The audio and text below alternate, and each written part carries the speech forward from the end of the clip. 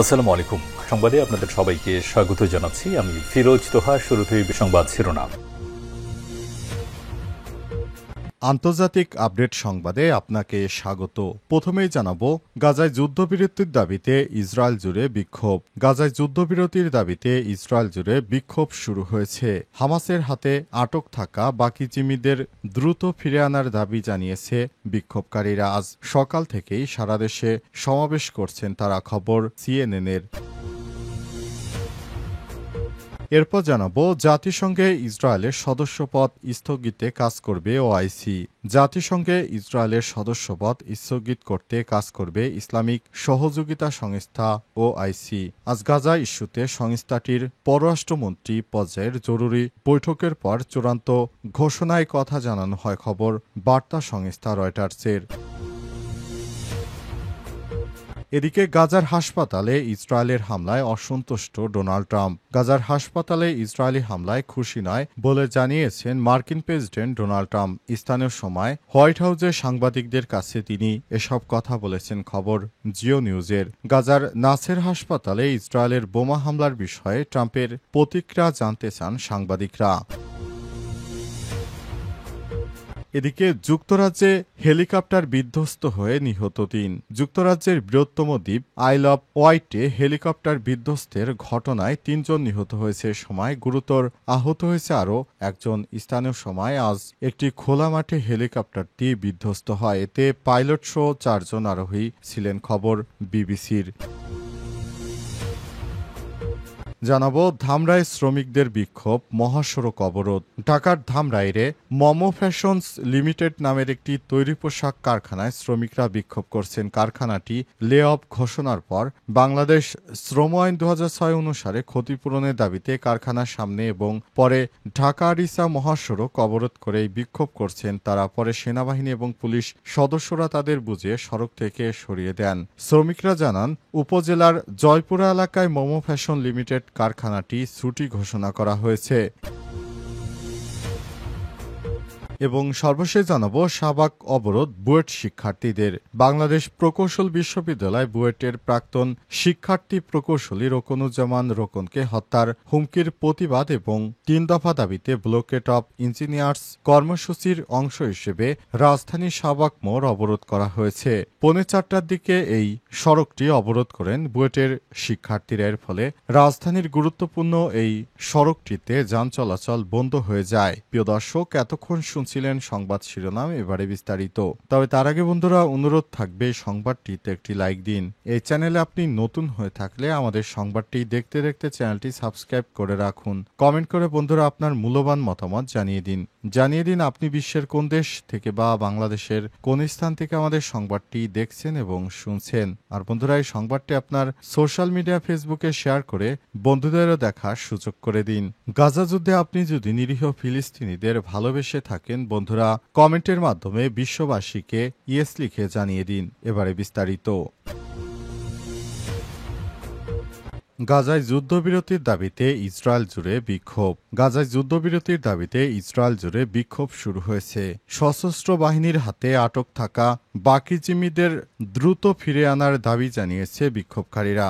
মঙ্গলবার সকাল থেকে সারা দেশে বিক্ষোভ করছেন তারা, খবর সিএনএনের। গাজায় ইসরায়েলি জিম্মিদের পরিবার এবং তাদের সমর্থকরা দেশব্যাপী সংগ্রাম দিবস পালনের ডাক দিয়েছে। এই বিক্ষোভের আয়োজন করেছে হোস্টেসেস অ্যান্ড মিসিং ফ্যামিলিস ফোরাম নামের একটি গ্রুপ, যারা অনেকদিন ধরেই জিম্মিদের মুক্তির বিষয়টিকে সরকারকে সর্বোচ্চ অগ্রাধিকার দেওয়ার কথা বলে আসছে। তেল আবিব মার্কিন দূতাবাসের সামনে ইসরায়েলের পতাকা প্রদর্শনের মাধ্যমে বিক্ষোভ শুরু হয়। ইসরায়েলের প্রধান সড়ক অবরোধ করে এই বিক্ষোভ চলছে। বিক্ষোভকারীরা ইয়াকুম জংশনের কাছে কোস্টাল হাইওয়ে টার জ্বালিয়ে দেওয়ায় যান চলাচল বন্ধ হয়ে গেছে দেশ জুড়ে। মহাসড়কগুলোতে এখনও গাড়ির দীর্ঘ সারি দেখা যাচ্ছে। যুদ্ধবিরতি চুক্তিতে পৌঁছাতে সাহায্য করতে মার্কিন প্রেসিডেন্ট ডোনাল্ড ট্রাম্পের প্রতি আহ্বান জানিয়েছে বিক্ষোভকারীরা। ২০২৩ সালের 7 অক্টোবর ইসরায়েলে সশস্ত্র বাহিনীর হামলায় নিহত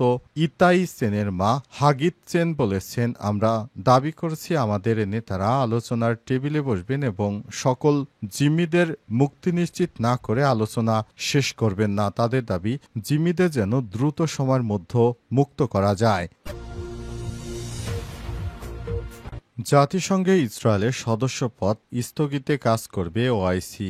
জাতিসংঘে ইসরায়েলের সদস্যপদ স্থগিত করতে কাজ করবে ইসলামিক সহযোগিতা সংস্থা ওআইসি। আজ গাজা ইস্যুতে সংস্থাটির পররাষ্ট্রমন্ত্রী পর্যায়ে জরুরি বৈঠকের পর চূড়ান্ত ঘোষণায় কথা জানানো হয়। খবর বার্তা সংস্থা মেহের নিউজের। ওআইসির ওয়েবসাইটে প্রকাশিত চূড়ান্ত ঘোষণায় সদস্য রাষ্ট্রগুলোকে জাতিসংঘে ইসরায়েলের সদস্যপদ জাতিসংঘ সনদের সঙ্গে সামঞ্জস্যপূর্ণ কিনা তা আরও খতিয়ে দেখার আহ্বান জানিয়েছে ওআইসি, কারণ ইসরায়েল সদস্যপদ লাভের জন্য প্রয়োজনীয় শর্তাবলীর স্পষ্ট লঙ্ঘন করছে এবং জাতিসংঘের প্রস্তাবনাগুলোর প্রতি তার ধারাবাহিক অবজ্ঞা প্রদর্শন করছে। সে সঙ্গে জাতিসংঘে ইসরায়েলের সদস্যপদ স্থগিত করার জন্য প্রচেষ্টা সমন্বিত করা উচিত বলে মনে করে ওআইসি। ইসলামিক সহযোগিতা সংস্থা ওআইসি গাজা উপত্যকায় সংঘাত নিরসনের জন্য শান্তি প্রচেষ্টা, ইসরায়েলের প্রত্যাখ্যান এবং ফিলিস্তিনের গাজা উপত্যকায়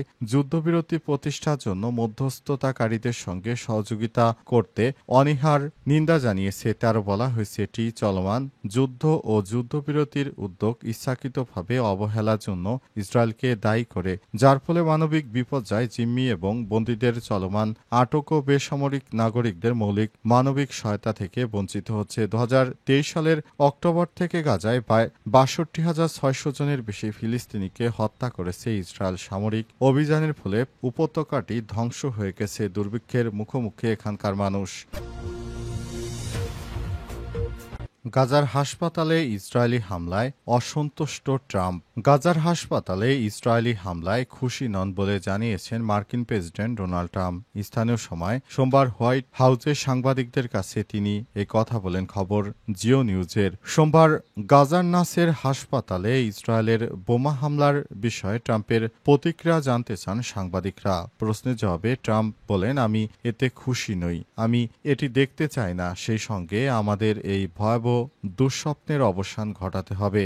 দক্ষিণ গাজার খান ইউনুসে নাসের মেডিকেল কমপ্লেক্সে ইসরায়েলি বাহিনীর চালানো বিমান হামলায় অন্তত 20 জন নিহত হয়েছে। নিহতদের মধ্যে 5 জন সাংবাদিক রয়েছে বলে নিশ্চিত করেছেন গাজার স্বাস্থ্য মন্ত্রণালয়। নিহত সাংবাদিকদের মধ্যে রয়েছে আল জাজিরার আলোকচিত্র মোহাম্মদ সালামা, রয়টার্সের ফটো সাংবাদিক Husam Al Masri, the Independent Arabic ও এপির হয়ে কাজ করা মরিয়ম আবু ধাক্কা, গাজার সরকারি মিডিয়া অফিসের মোয়াজ আবু তাহা এবং কুদস ফ্রি নেটওয়ার্কের সাংবাদিক আহমেদ আবু আজিজ আহমেদ। আহত অবস্থায় আহমেদ পরে মারা যান। গাজার সরকারি মিডিয়া অফিস এক বিবৃতিতে জানিয়েছে, নাসের হাসপাতালে সংবাদ সংগ্রহের দায়িত্বে থাকা সাংবাদিকদের ইচ্ছাকৃতভাবে লক্ষ্য করে হামলা চালিয়েছে ইসরায়েলি বাহিনী।